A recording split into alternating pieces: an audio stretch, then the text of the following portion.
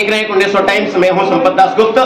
आज हम उपस्थित हैं मध्य प्रदेश के मऊगंज जिले के हनुमना न्यायालय परिसर में, जहां माननीय न्यायाधीश माननीय विनोद चौधरी जी, माननीय कीर्ति दुबे जी, जिनके कुशल मार्गदर्शन में साइबर क्राइम पर विधिक साक्षरता संगोष्ठी आयोजित की गई थी, जिसमें तमाम माननीय अधिवक्तागण और माननीय क्लाइंट आदि थे।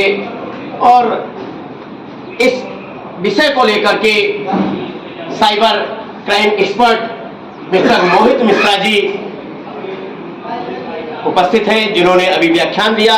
और SIM swapping, biometric fingerprint fraud, remote screen recording एवं fraud, ATM cleaning, blackmailing, video extortion, fake website fraud आदि तमाम विषयों पर इन्होंने जानकारी शेयर की और लोगों से क्रॉस क्वेश्चन भी बीच बीच में हुए।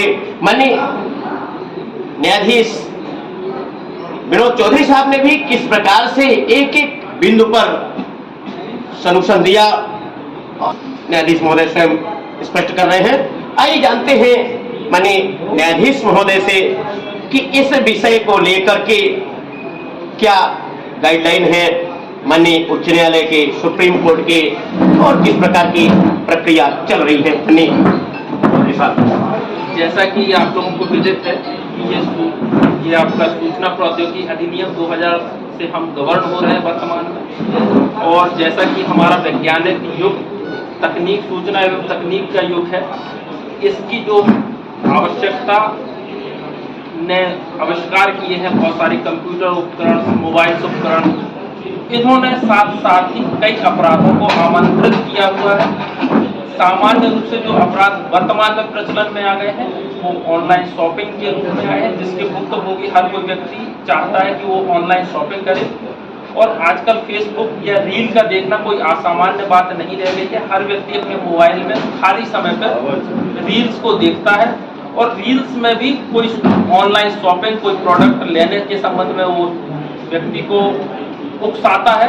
और जैसे ही व्यक्ति उन रील्स को अपने देखते हुए किसी नंबर पर, व्हाट्सएप नंबर उसमें दिए रहते हैं और उसकी प्राइस दी रहती है, उस पर जैसे ही वो कांटेक्ट या संपर्क स्थापित करने का प्रयास करता है, वो उस चयन किए हुए प्रोडक्ट को के समरूप कई सारे प्रोडक्ट आपको चुनाव करने के लिए भेजता है।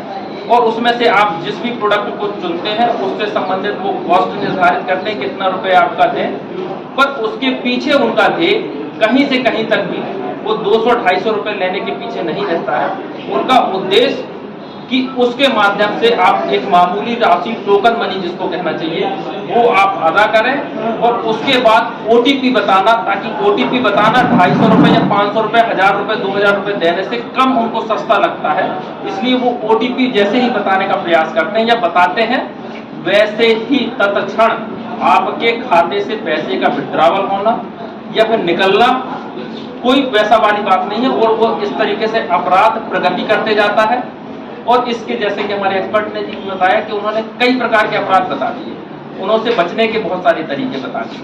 अंततोगत्वा हमारे पास जागरूक रहना ही सबसे बड़ा उपाय है। अगर बाई चांस किसी व्यक्ति के साथ अपराध घटित हो भी जाता है तो उसमें आप टोल फ्री नंबर पर जो आजकल साइबर सेल्स की है उस पर आप संपर्क करें 1930। और जैसे इसका सबसे बड़ा उपाय है कि आप तत्काल जितना प्रोएक्टिव होकर आप काम करेंगे वो ही आपको सॉल्यूशन प्रदान करेंगे। जैसे ही आप इस टोल फ्री नंबर पर संपर्क करते हैं, जो टोल फ्री जो प्रोवाइडर, सर्विस प्रोवाइडर है, वो आपकी समस्याओं को पूरा सुनकर एक आपको रजिस्ट्रेशन नंबर देते हैं।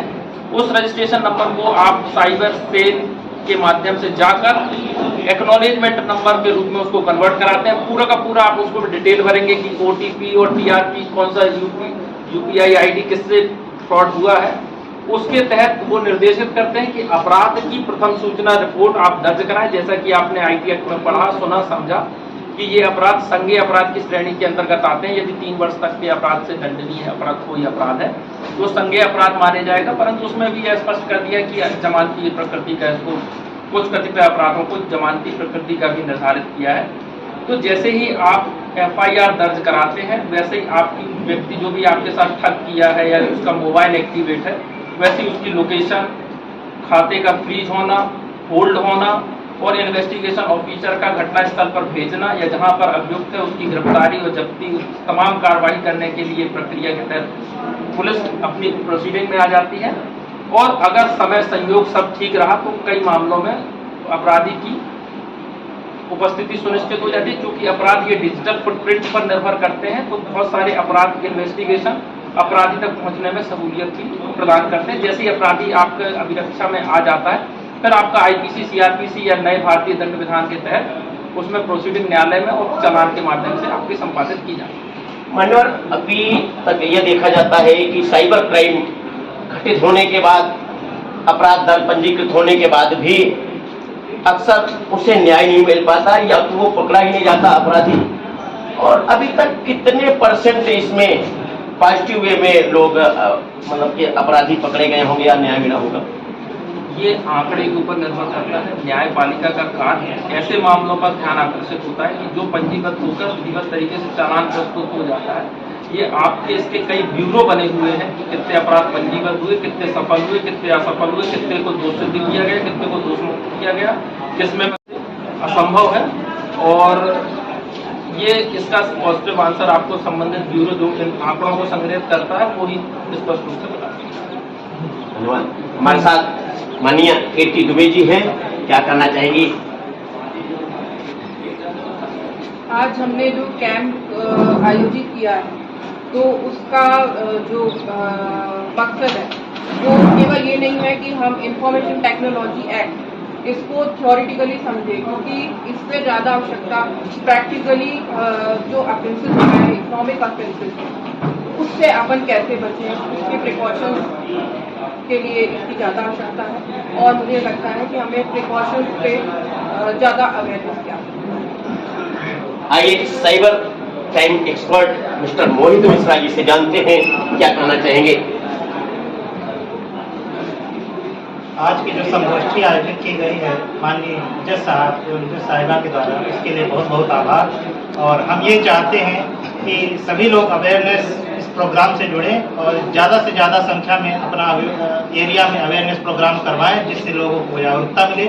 बाकी सभी लोग बता ही दिए हैं कि किस तरीके से साइबर अपराध से बचा जा सकता है, लेकिन ये केवल एक क्षेत्र विशेष में या किसी एक संस्था में करवाने से इसका बेनिफिट न होगा। इसका बेनिफिट ज़्यादा से ज़्यादा तब होगा जब ये पब्लिकली करवाया जाए। अगर पब्लिक में इस चीज़ का अवेयरनेस प्रोग्राम करवाया गया तो कम समय में और बहुत से लोगों को इसका फायदा मिलेगा।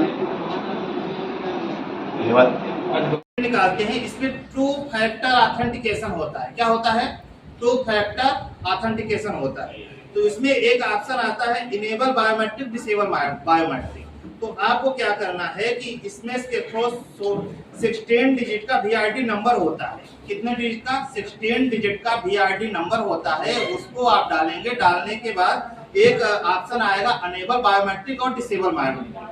अगर आप उसको डिसेबल बायोमेट्रिक कर देते हैं तो कितना भी बड़ा हैकर क्यों ना हो, वो आपका थंब इम्प्रेशन ही आपको पूरी शरीर को की बॉडी को अगर वो क्लोन कर ले तब भी वो आपका कुछ भी नहीं बिगाड़ सकता। लेकिन कहां से आएगा जी? नंबर कहां से आएगा? ये उसी में मिलता है ना, उसी में मिलता है, वो मिलता है 16 डिजिट का VRD नंबर, वो आपको मिलेगा।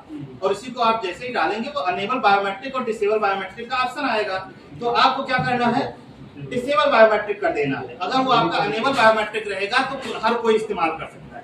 लेकिन जैसे डिसेबल बायोमेट्रिक कर दिए तो दुनिया का कोई भी आदमी कितना भी आपका थंब इम्प्रेशन अगर वो सेव करके भी रखता है तो वो आपका कुछ भी नहीं कर सकता। ये हुआ समाधान। इसमें अगर किसी को कोई दिक्कत हो तो आप सवाल कर सकते हैं। अब हम आपको बताते हैं एक तरीके का क्राइम किस तरीके का वो होता है रिमोट स्क्रीन रिकॉर्डिंग ऐप। क्या है? Remote screen recording app. इसके जरिए फ्रॉड होता है। ये कुछ इसके ऐप्स होते हैं, जैसे मान लीजिए एनीडेस्क हो गया, टीम व्यूवर हो गया, किक सपोर्ट हो गया, इस तरीके के जो ऐप्स होते हैं ये उनका इस्तेमाल करके सामने वाला क्या करता है, किसी न किसी झांसे में आपको लेता है और झांसे में लेने के बाद आपको ये बोलता है कि आप एक काम कीजिए, इस ऐप को आप अपने मोबाइल में या अपने कंप्यूटर में डाउनलोड कीजिए। आप जैसे ही इस चीज को अपने मोबाइल या कंप्यूटर में डाउनलोड कर लेते हैं और उसके बाद वो क्या मांगेगा, उसका कंट्रोल को अपने पास मांगने के लिए एक ओटीपी आएगा, वो ओटीपी मांग लेगा और बोलेगा कि सर जब आप ओटीपी दे देंगे तो हम क्या करेंगे कि आपकी ये समस्या का समाधान कर देंगे। ठीक, मान लीजिए किसी प्रलोभन में आपको दिया, एक महिला आई थी हमारे पास, उसके साथ क्राइम हो गया था। वो क्या कर रही थी कि गेम खेल रही थी और गेम खेलते खेलते वो सोची कि अब हम जीत जाएंगे। गेम खेलते खेलते और वो विनर होने के चक्कर में उसको ये लगा कि हम 70,000 रुपए हमको मिलेगा। सामने से फोन कॉल आता है कि मैडम जी आप ये इस गेम के जरिए आप विनर हो गई हैं, और चूंकि वो गेम भी उन्हीं लोगों का बनाया हुआ होता है जो फ्रॉड होते हैं, तो उनके पास सारी जानकारी चली जाती है कि हमारा गेम कौन यूज कर रहा है। तो जब उनके पास जानकारी चली गई तो वहां से एक रिटर्न कॉल आता है कि आप एक काम कीजिए, आप हम विनर हैं और आपको 70,000 रुपए पेमेंट करना है। आप एक काम कीजिए, आप अपने मोबाइल में ये ऐप इस्तेमाल कीजिए। वो ऐप का क्या होता है कि रिमोट स्क्रीन रिकॉर्डिंग ऐप होता है। जैसे ही आप उसको डाउनलोड करेंगे, डाउनलोड करने के बाद अपने सिस्टम पर ऑपरेट करेंगे। ऑपरेट करने के बाद वो एक तो ओटीपी मांगता है, सामने वाला ओटीपी मांगेगा आपसे। जैसे ही आप उसको ओटीपी दे देते हैं, आपके सिस्टम का पूरा कंट्रोल किसके पास चला गया, उस फ्रॉड के पास चला गया। जब उस फ्रॉड के पास चला जाएगा तो फिर वो जो चाहे आपके साथ कर सकता है। इससे बचने का सिर्फ और सिर्फ एकमात्र उपाय ये है कि आप कभी भी इस तरीके की रिमोट स्क्रीन रिकॉर्डिंग एप्स को अपने मोबाइल में डाउनलोड ना करें। अब सवाल ये पैदा होता है कि जब इस तरीके के एप्स हैं तो सरकार इसको बैन क्यों नहीं कर देती। ये सवाल उठ सकता है कि अगर ये इतना खतरनाक एप्स है तो सरकार इसको बैन क्यों नहीं कर देती। उसके पीछे लॉजिक है, ये जो एप्स बने हुए हैं ये तो बने सुविधा के लिए। जिस तरीके से मोबाइल का हम चाहे तो सदुपयोग कर लें, चाहे इसका दुरुपयोग कर लें। अगर सदुपयोग करेंगे तो बहुत अच्छी चीज है, इसका दुरुपयोग करेंगे तो बहुत गंदी चीज है। तो होता क्या है कि वो एप्स इसके लिए बना होता है, मान लीजिए कि आप कोई न्यू लैपटॉप खरीदे और आपके लैपटॉप में कोई गड़बड़ी आएगी तो आप कहाँ परेशान होंगे, आपको जानकारी तो है नहीं।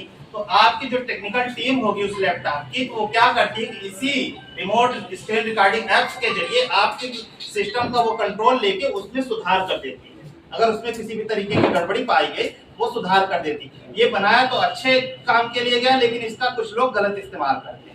इसलिए सरकार इस पर बैन भी नहीं लगा पा रही है जानबूझ के। वो चाह के भी बैन नहीं लगा सकती, क्योंकि कोर्ट में ये बात साबित ही नहीं हो सकता कि ये चीज गलत फर्जीवाड़े करने के लिए बनाया गया है। अब कोई गलत कर रहा है तो उसमें वो ऐप्स बनाने वाले की कोई गलती नहीं। तो इससे बचने का सिर्फ और सिर्फ एकमात्र उपाय यही है कि आप ऐसे ऐप्स को इग्नोर करें। कोई भी ऐसा कॉल आपके पास आए तो उस कॉल को रिसीव ही न किया जाए। अगर आप रिसीव भी कर लेते हैं तो ऐसे अगर कोई रिसीव करने के बाद ऐसे ऐप्स को डाउनलोड करने की बात बोलता है तो आप तुरंत कॉल कट कीजिए और ऐसे ऐप्स को अपने मोबाइल में इंस्टॉल करने से बचिए। इसका सिर्फ और सिर्फ सोल्यूशन यही है। इसमें किसी को कोई क्रॉस क्वेश्चन करना हो तो आप कर सकते हैं। अब हम आपको बताते हैं नेक्स्ट टाइप का क्राइम, वो है एटीएम क्लोनिंग।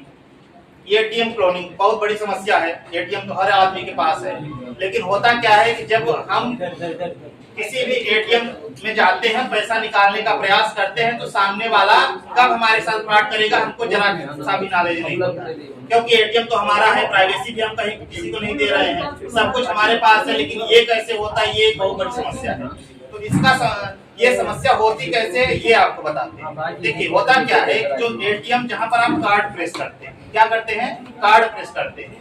जहाँ पर आप कार्ड प्रेस करते हैं तो वहां पर सामने वाला जो फ्रॉडस्टर होता है वो क्या करता है कि एटीएम का कैमरा ऑन किया, वो ऑफ किया, ऑफ करने के बाद जहां पर हम कार्ड प्रेस करते हैं वहां पर उस चीज को निकाल के अपना दूसरी डिवाइस को इंस्टॉल कर देता है। दूसरी डिवाइस को इंस्टॉल कर दिया, उतने आकार की वो पहले से बनाया हुआ रहता है, उस डिवाइस को इंस्टॉल किया, उसमें कुछ गोंद टाइप से या फेविक्विक टाइप से कुछ ऐसा चीज चिपकने वाला लगा देता है कि जैसे ही आप उसमें कार्ड प्रेस करते हैं तो आपका कार्ड वहीं पर फंस जाता है। और जैसे ही आपका कार्ड फंस गया तो वो डिवाइस ऐसी डिवाइस होती है कि वो आपके जो डेबिट कार्ड है उसका पूरा स्कैन कर लेता है, हाँ उसका पूरा स्कैन कर लेता है। जैसे स्कैन कर लिया तो उसको अब किसी चीज की जरूरत नहीं, आपका पासवर्ड भी वहां पर एक कैमरा भी वो लगा देता है, तो आपका पासवर्ड भी वो पा गया, आपके डेबिट कार्ड का पूरा स्कैन कर लिया। अब वो चाहे तो जितना मर्जी आए आपका पूरा अकाउंट भी खाली कर सकता है, आप कुछ ना कर पाएंगे। तो इससे बचने का आप क्या उपाय है हम आपको बता दें। इससे बचने का केवल और केवल एक उपाय ये है कि आप जाइए, जब भी एटीएम कार्ड में अपना एटीएम